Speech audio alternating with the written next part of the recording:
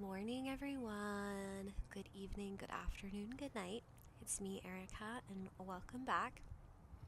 Today, I wanted to tell you a little story about a couple of nights ago and talk about how journaling and writing has really helped me heal a lot of things and heal in a lot of different ways.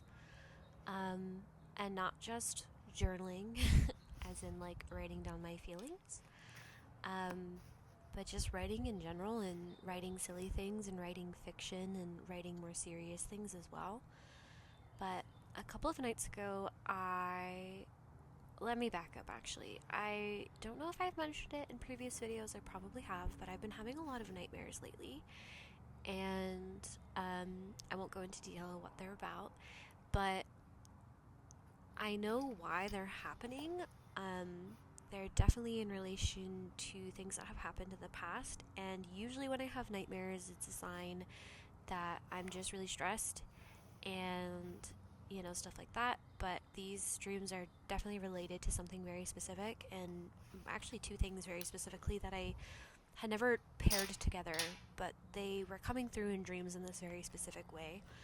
And I think it has to do, or I think they're being brought up because of the fiction piece I'm working on.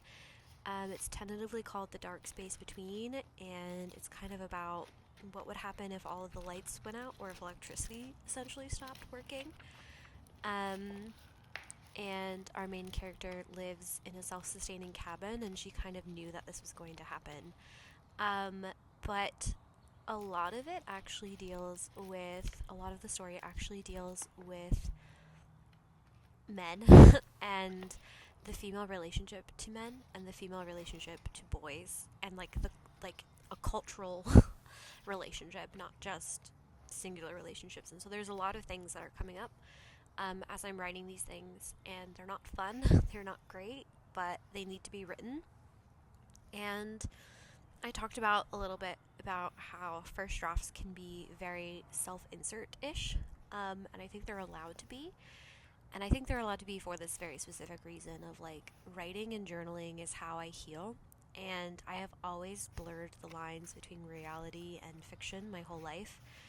My family was not allowed to read my stories growing up. I never read anything to my parents. I never told them. I never wanted them to see it. Only my teachers were allowed to, or not even my closest friends were allowed to, because yes, I was writing fiction, but I mean, when you're in middle school, it's kind of hard to hide that you're trying to cope with real life through writing fiction. Nowadays, it's a lot better, and nowadays I don't read published work and think, oh, this is the author trying to work through something, But I think first drafts are very much like that. We come to write because we want to escape the world, or we want to tell a story, or we want to explore things. And so I was writing a lot, and then I started having these nightmares, and then I was afraid to work on the piece because I was like, I don't like having these nightmares. Like, they're not comfortable, they're not fun. But then the other day I was sitting in bed. It was late at night. I hadn't taken a shower yet. And I was laying in bed, and I was writing. And again, it's been hard for me to write because, not just because it's a little self-inserty, but because it's like a different genre, and it's an entirely different world, and it's new characters, and I haven't quite figured things out yet, and the plot is weird, and sometimes I don't know where things are going. But that's the point of first drafts. The first draft is supposed to tell you the story, is you telling yourself the story. That's a quote. I forget who says it, though. So I'm just trying to tell myself the story, and I was struggling with figuring out where the plot was going to go, and then I was like, well, I don't want to give myself a nightmare by working on this. But I was like, something just hit me. Something struck and hit, and I was like, I'm gonna write. So I pulled it open, and I started working on a scene, and then I moved into a different scene, and it became so subtly, but also so obviously about me and about life and about how I cope with things. The main character is kind of getting called out for holding in her anger, and I know we talked maybe a video or two ago about anger and how anger is not bad, and how I was kind of exploring what anger means to me. And that's another thing, is like sometimes journaling, the nonfiction diary-ish kind of journal entries where you can explore and be like, actually, what does anger mean to me? And you can explore a topic like that. And that can be really helpful for people, is to pick a topic like anger or jealousy, or even just like something that worry, like housing, or what home means to them. It doesn't have to be deep, and it doesn't have to be super dark and dealing with all your issues. It can be, why you love flowers, but picking a certain topic to journal about can often reveal a lot about, what you feel and what you think, and can lead you to realizations that way. And journaling in a nonfiction about my life diary journal about my anger kind of helped me realize that that's sort of also what this fiction piece is about. And so with that clarity, I was able to take, okay, I'm actually playing with and writing about anger here, and stored anger and feminine rage and all that. And then as I was writing, this happens to me a lot. I don't know if other people feel this. Surely other artists or even people just in general do. But it almost felt like I slipped into another world, or I slipped into almost a meditative state, and I was just writing, and the formatting was really weird, and it wasn't like traditional paragraphs. There was line indentations in weird places, and it was essentially the main character having a conversation with her own mind. And I feel like I'm explaining this badly, but I came away from writing it, and I just sat and stared at my computer screen and was like, wow, that needed to be written. That is what I needed to hear. It was a lot about safety and creating safety, and again, it was a fictional character, and her life is different, and she's got like this completely different world that she lives in. She's not me, but at the same time, she's like a part of me, and I'm sure other people who create things think that way too. Like, every piece of jewelry they create is a piece of them, or every painting they make is like a part of them and their baby and stuff like that. And so my characters often teach me so many things about myself that I needed to know. And what this was doing, is writing this was not only healing from, or almost getting to do over, times in my life where I had felt the way that this character was feeling, of feeling nervous and scared and feeling attacked by an unwanted memory that has come up, and how she's coping with it in the scene is almost how I wish I knew I could cope with it when I was younger.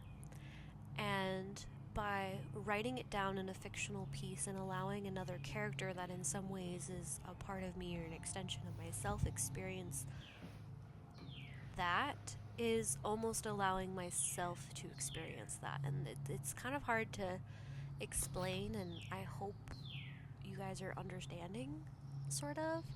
But that's why I think journaling and writing can really help you heal, is because it is like accessing your subconscious, whether you intend to or not.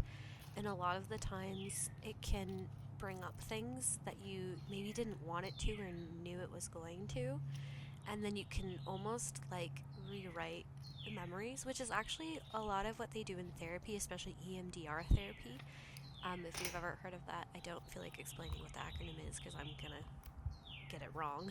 But what they do in EMDR therapy is, one of the options is that you go back to a memory that is not a good memory, and you kind of go back and rewrite it, or you insert a character or a role model or a different version of yourself into that moment, and you kind of rewrite the memory, and in that way it settles itself. And it's really weird how that works, and that it does work, but it does.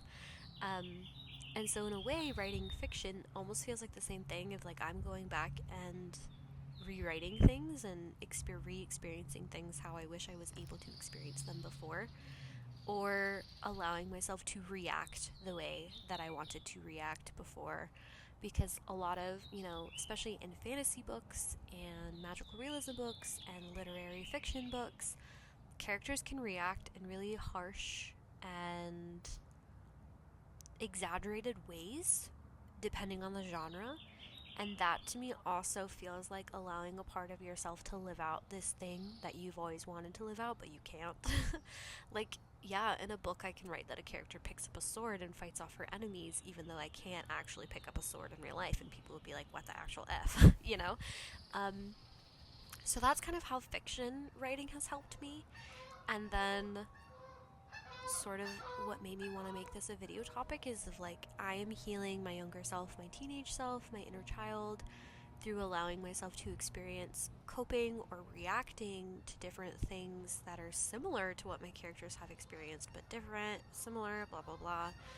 So I just left that writing session feeling a lot settled, and I looked at my boyfriend on FaceTime and I said, you know, I don't think I'm gonna have a nightmare tonight, because even though I was writing about this topic that is really hard and has brought up nightmares for me in the past, it feels so much different. It feels more like I was, as cliche as it sounds, healing. And so it felt like a positive experience to write about it rather than a negative. And then I took a nice relaxing shower and I went to bed and I did not have a nightmare, so we love that. In a way, I've also been thinking about how commonplacing has helped me. It has allowed me to engage in my interests a lot and allowed me to feel a lot more connected to things and interests that I'm talking about, and has really allowed me to not feel as much judgment or shame for my interests or my hobbies. Like half of my commonplace book is like jewelry, and the other half is like randomness, like wine nerd facts that my sisters don't want to hear when we open up a bottle of wine, you know? Or it's stuff about fairies that almost feels a little bit childish to talk about on the internet, or, you know, with your. My friends love me, so they would let me talk about fairies all I wanted.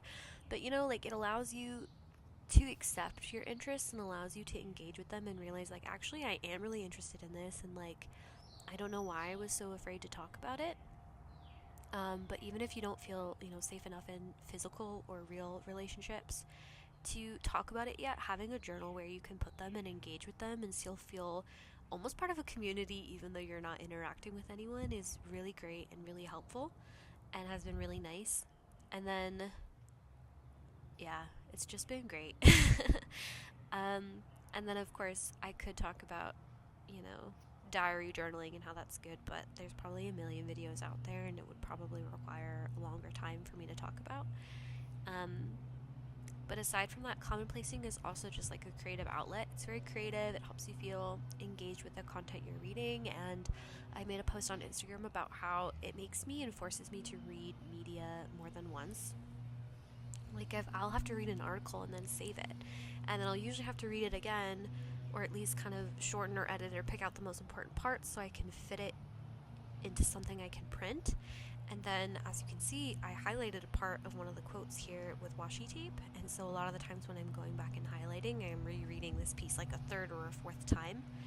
And more often than once, I have found that the more I read it, the more details I notice about the piece and realize, actually, I don't agree with this, or actually, that's a point that I didn't consider before. And, you know, you learn to look at it differently, and you learn to kind of question, or it helps you form your own belief and form your own opinions.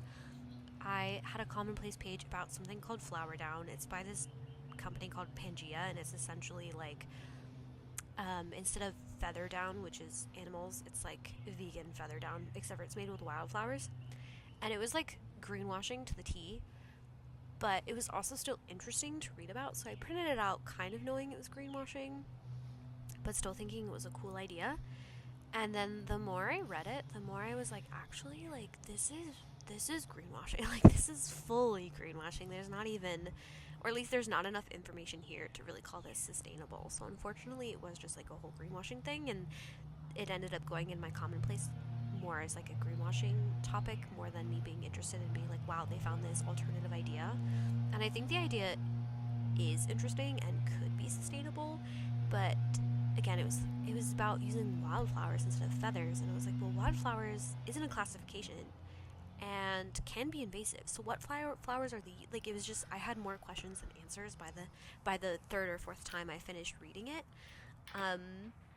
And I think commonplacing has helped me with that too. It helps me slow down my thinking process and allows me to take more time to form my opinions and decide if I want to buy something. I wasn't going to buy the puffer jacket. I have no need for one, and I would probably thrift one because they are expensive new. But it allows me to slow down and think about what I actually want and what I'm actually interested in. Like, am I interested in enough in this topic to actually print it out and put it into a journal for all of time? Because this isn't like Filofax. I'm in an actual journal. Like, these pages are here no matter what. I can't take them out. And I've been experiencing that lately of like not being in love with all of my pages anymore, not because I think they look bad, but because I'm like, did I print that out just so I could make a YouTube video, or because I felt like I wanted to do a Commonplace page, or am I actually interested in that topic?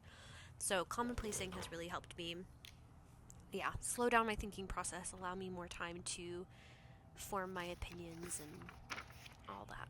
So we are finishing this page.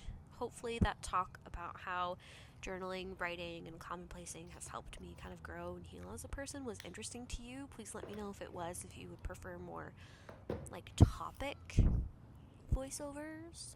I hope you enjoyed the background garden noise of this video. We did this in the backyard of my grandparents' house. And I know I only did half the page, but again, it was one of those where I was looking at that other quote and I was like, I don't know if I love that anymore. That's not what I wanted to put on this page, so I'm going to leave it blank and leave room for me to go back and adjust and add something different if I want to. But yeah, that's it. I hope you guys have a lovely, lovely day. You guys 100% deserve it, and I will see you all next time.